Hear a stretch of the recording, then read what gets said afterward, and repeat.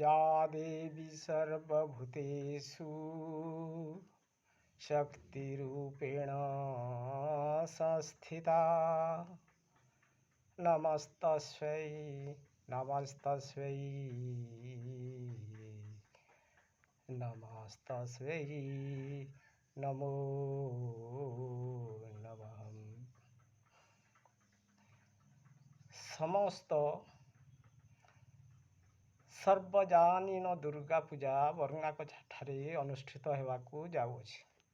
एणु सविनय अनुरोध आपण उक्त पूजा महोत्सव रे प्रत्येक दिन उपस्थित रही माँ को करुणा लाभ पूर्वक आम मानंकु अनुगृहित करिवा हेबे इति